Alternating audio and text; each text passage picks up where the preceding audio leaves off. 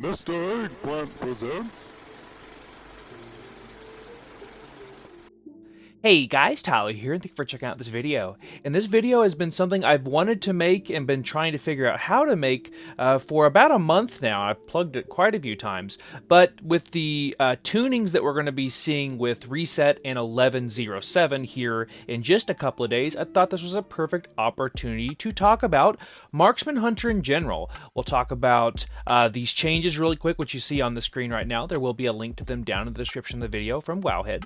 And then we'll talk about what's working, what's not in just builds for Sentinel and for Dark Ranger, and then some of my thoughts, and we'll just have a discussion video. I hope you guys enjoy this. I've got a bunch of notes, so we're going to try to traverse this, and Zelda's hanging out too, so we'll hopefully get through this video in one take. But really quick, looking at these buffs that we're going to be seeing here in a couple of days. Two of the buffs technically is going to be for both Sentinel and for Dark Ranger, that being the buff to trick shots, increasing the damage by an additional 10% for those ricochets with trick shots, and then Razor Fragments AoE, the bleed, is also going to have its damage increased. Keep in mind, whenever you pick Razor Fragments, you're really not picking it for the bleed. You're picking it so your kill shots and or your Black Arrow does 75% more damage. And then the other three are focused for a Dark Ranger and trying to bring them up to speed.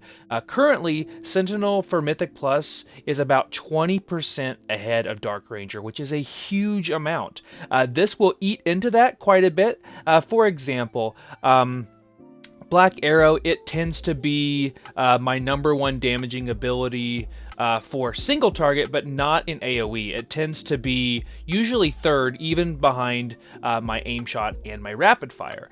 For Shadow Surge and Bleak Powder, those are also being buffed by 25%, and Black Arrow was 15%. To give you guys an idea, Shadow Surge does about 6% of my total damage in a key, and Bleak Powder does about 4 to 5%. Just depends on how I am prioritizing that. So those are the changes, or I should just say the buffs that we're getting straight across the board. I've been working on PvP here, as you can see, my Mog hanging out with Raban, but there are some really good things that are happening as well. So in 11.05, we did see all those changes to Dark Ranger, and it was kind of retooled, if you will. I see you're getting restless already, Zelda. So there are some good things that happened. So making Black Arrow just take the place of your kill shot, I thought was a great idea, and it works and it flows quite nicely. I think Bleak Arrows was a great addition as well as just adding that death blow keyword to many different abilities in this tree. I think that is a great idea. I would just like to see them maybe up that percentage, which we'll talk about here in a few minutes. I also think that the change to Withering Fire was a huge improvement. That's exactly what we wanted. In that way, we don't have to worry about having to incur extra GCDs just to get out these abilities while you're trying to do all of your other stuff. It works perfectly, just of course if it was SmartCast. Again, we'll talk about that in a second. I think it's working really well as long as it's not pulling ads and bugged. They've been cleaning up a lot of the bugs, but there's still a bunch to deal with. And then the last couple ones is with Smokescreen. It's one of the best defensives for us. For a Marksman Hunter. I'm so glad they kept it. I guess also for Beast Mastery for that matter. And then the Bleak Powder and Shadow Surge. I think those were great improvements and updates that they added in 11.05. It's not doing Lunar Storm damage and it's not doing Sentinel percentage damage, but it is still doing some pretty good damage in comparison to some of these other abilities. And then other things I wanted to point out really quick, just getting an extra point in the tree, which was a good win because we lost Eagle Talon's True Focus. There's some drawbacks that we'll talk about in a few minutes. That gives us an extra point to spend. And then the addition of Steady Shot just naturally giving you that 10 focus like it should. Thank you, Blizzard. I've been asking for that for quite some time. But then the addition to Pincushion. I slept on this one for sure. I didn't think it was going to be that big of a deal. It's huge. It's such an important part of my rotation. It gets out so many more aim shots in Mythic Plus and AoE. And then also the changes to Steady Focus mean you just have to use Steady Shot one time. you're already going to be casting more steady shots to use pin cushion, and then you have steady focus. It just works, and it feels so good to play. Now, we can kind of talk about some of the things that maybe aren't going so well, which I will need my notes for, because there's quite a few of them. I know, I'm laying the notes on you, I'm sorry. So to start off, with this, there's a couple of talents in the Dark Ranger tree that are just not worth picking. Like Soul Drinker is an absolute abysmal ability. You have to have the dot on them, and then they have to die while the dot is on them, and then they have a 10% chance to give you death blow. Even if this was 100%, it's almost not worth picking up. And then Shadehounds is pretty much default, and it does next to no damage, and half the time the Shadow Hounds just stand around and do nothing, and you can't control them. Super, super frustrating. Oh, and one other thing that I said was working really well that I should have mentioned was Bleak Arrows. I like that does that 8% chance to give you death blow, but then it's doing shadow damage, so it's varying your damage just a little bit more, at least on your white hits. And then another one of these abilities that's just not doing it for me is Phantom Pain. It does next to no damage, and it's just super cumbersome and annoying to even use to begin with, because you're trying to spread as many dots of Black Arrow out as possible, but then you can only use it in the 80-20 zone, or if you have a death blow proc, and it gets you try to outplay yourself, and it makes the rotation and the spec really annoying if you want to try to maximize it. So because of that, I just add Ebon Bowstring, and you can actually get multiple Black Arrows out in a row if it does proc that 15% chance, which I've found the best one I've seen so far is using it 4 times in a row, but that's insanely lucky. So those are some things that are specifically in the Dark Ranger tree that I wanted to talk about.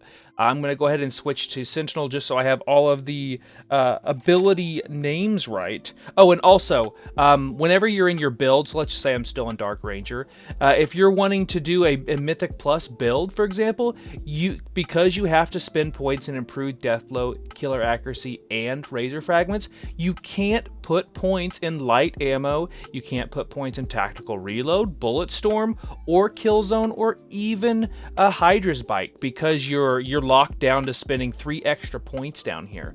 I would love to see some points and some items or abilities consolidated, which will be in the next section. But that's something I did want to make sure and point out, that you are really locked in this build. Or if you're wanting to do the Legacy of the Windrunners, Wailing Arrow, Readiness build instead of doing Focused Aim, Small Game Hunter, and Salvo, you lose a ton of uncapped AoE potential thanks to multi-shot, and also with your Salvo and those explosive shots. So, all right. So now looking at Sentinel. So things that really need some work here. There's not a ton, but there is one glaring one, which is with Lunar Storm. Why can you not see Lunar Storm if you're in my group? It is one of the lightest looking circles. Seriously, we tried. Healing Rain is harder, is a more visual, taxing visual than Lunar Storm. I understand that the bird flies around above, but it's so annoying to have the tank wants to stay in the Lunar Storm, which has a ton of your damage and really can cripple your entire group if you're not getting good Lunar Storm damage. Forget about just you. They want to stay in it, but if they don't know exactly where it is, again, it's super frustrating. And even Teach and Zaft and Tipsy, the 3 tanks that I do stuff with all the time, they have a hard time with trying to figure it out, from a week-to-week basis. So Lunar Storm needs to be a visual that you can see. And then also maybe just having Lunar Storm connect to the mob that you're rapid firing. Will that happen? No, probably not. That's a pipe dream for me, but it is something I wanted to bring up.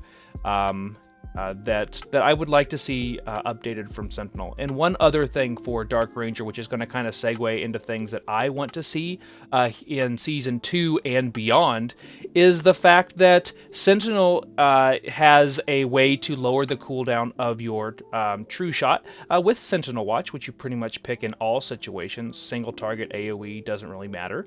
But Dark Ranger actually needs it more than I would say Sentinel does. Sentinel still has some good passive damage with Sentinel stacks and Lunar Storm damage when you're not in your True Shot window.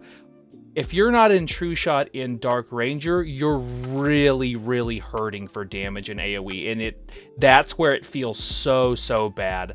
Because with Sentinel, I'm getting my True Shots down to about a minute and I think minute 13 or a minute 14 is my best, thanks to Pincushion, because it's really starting to kick in hyperdrive, I guess. But then also, Dark Ranger is setting over a minute and 30 seconds. Because of that, it feels so much longer. It's only like 15 seconds, but you're missing out on full True Shots during a Mythic Plus key, for example. So I'd love to see some way to lower the cooldown of your True Shot with Dark Ranger. Like, there's some abilities that we just talked about you could probably just flat out get rid of because they're really not doing anything. All right, that was page 1. Now let's talk about things that I would like to see updated and changed. A wish list, if you will. So one of those wish list things was to increase the damage of our ricochets or our trick shots. Well, they did that, so nice job. That is something that definitely needed to be done, and I think that they're having a hard time of balancing single target Dark Ranger with AoE Dark Ranger because it's a boom or bust spec, meaning you can get like just a feast or famine when it comes to those proc chances. I'd like to see it more streamlined, where you have more chance to proc those death blow procs, or heck, even if you just got rid of the 80-20 zone entirely. One of the things that Dark Ranger had going for it in the first half of the season prior to 11.05 was that it would increase the damage of your rapid fire and your aim shot by 20%. Now I believe it's only 5%. Yeah, or excuse me, that's with Sentinel. I don't actually think it upgrades at all in Dark Ranger. Let me look. I don't think it does. No, it does not now, where it definitely misses that damage. So that would be something I would like to have come back, but I don't think that's going to happen. Some of my more harebrained ideas would be to make light ammo baseline. So make our trick shots naturally hit up to 7 targets plus your main target. If you want to leave heavy ammo in, for example, then you could just make it so it would only hit 5 targets but do 25% more damage instead. This would be good for those players that are not pulling big. So you can take advantage of not pulling big and pulling big. So I think that would work just fine, where you're not overly hurting your damage. So if your group is pulling big, it would make sense to not put that point there. That way you could still just hit 8 targets in total. And those would be doing 75% of the main hit damage thanks to the buff to trick shots. Or if you're going to be pulling smaller, if you're only doing, your 10s, you're pugging, doing whatever, and you want those, you're only going to hit your main target plus 5, well, heavy ammo there is going to have you do 25% more damage, which will help us be more viable in keys. Some of the other examples I wanted to point out was that, and again, that one's probably not going to happen, just boost your trick shots damage in general. That was a check, which they did, as I wrote here in my notes, to give the Dark Rangers a way to lower the cooldown of True Shot, which we talked about, and then also add that 3 seconds of True Shot back into the game that we lost with Eagle Talon's True Focus. I actually had a viewer say, like, oh, isn't this going to be a big deal? And I said at that point I was like, absolutely not. Like, I don't think that's a big deal at all. It is, because with Sentinel you have Lunar Storm up every 15 seconds with your rapid fire. I'm often missing out on a full Lunar Storm drop every time I use a true shot because it's off by about 3 seconds at the end of that true shot. Where, you know, it'll be coming off cooldown, but it's not quite there, and then it'll have 8 seconds left, and I just used the rapid fire. Well, I'm not going to have that rapid fire up for another 15 or 20 seconds if I don't get a proc, so it just sits there not being used. That little things like that is what makes a blue parse to a purple parse, or a purple parse to a pink parse, or an orange parse, you know, whatever like that. That just little things like that it seems kind of min-maxy, but I would like to see that added back into the game of just having that additional 3 seconds. It'd make our lives so much easier. And that light ammo conversation was basically, we struggle with the higher you go in keys because you have to pull bigger, and we are getting outpaced pretty significantly by classes that have uncapped AoE. Like, we have it on a couple of abilities, but you're not buffing one of them if you play Dark Ranger, because you're missing out on all these bonus, you know, bullseye damage or light ammo or tactical reload, you know, stuff like that. You're just missing out on that because you have to allocate those points elsewhere. So I hope that they'll allow us to see Lunar Storm as a group, even if everybody doesn't see it. Just when you're in grouped instanced content, I would hope and pray that you'd be able to see it. PvP, instance content, overworld fine, or open world fine, whatever. But I would really like to see that. That's actually one of my biggest asks, and that's so totally doable here before we hit 11.1 and Season 2. And some of the last couple of points I wanted to make note of was I would love to see them give us lust. One of the biggest utility things that you can add to this game for a hunter is lust. Well, Hunter already has lust with Primal Rage. Yes, we do, but you have to have a certain pet to do it. You have to have one of your leech pets. So, what I would propose is that you would put if you don't make it baseline to give us Primal Rage, I would put it in the general tree. Make it very easy to get to, and make it so if you pick the talent, you can, actually that would be even better. Make it baseline, but if you put a point in it or whatever in the tree, which we have points we can move around, you can cast Primal Rage if you are a lone wolf hunter, which is good for marksman. You don't have to do the dismiss pet dance.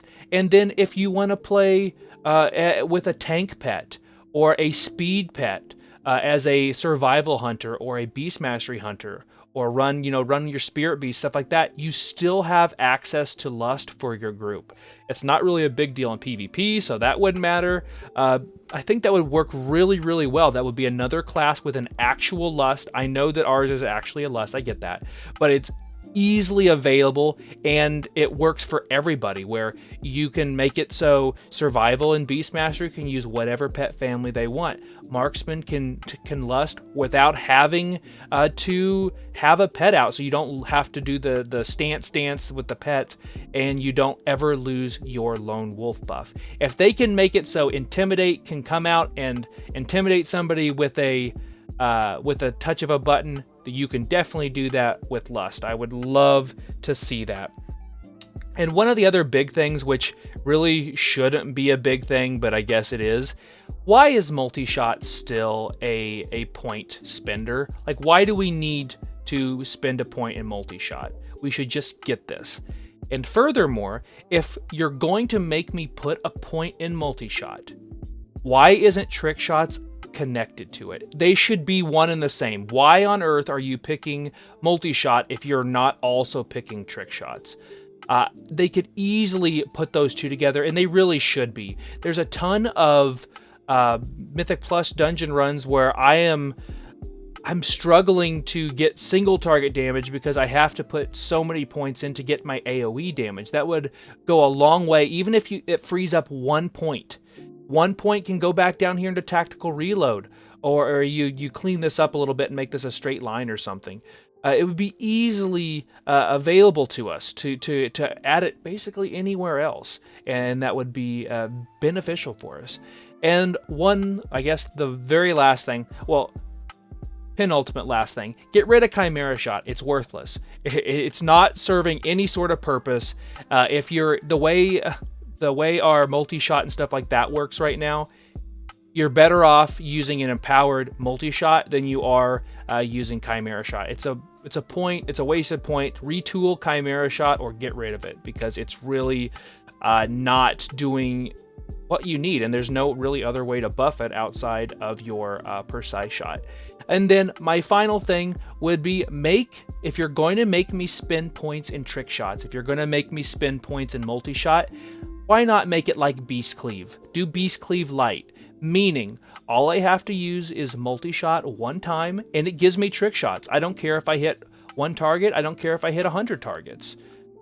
It just gives you trick shots. Make it, 20 seconds, and then as soon as it goes away, or as soon as you use your multi-shot, or you use your rapid fire or your aim shot, then it goes away. Don't keep it for 8 seconds like Beast Cleave does, because I understand that would not be good.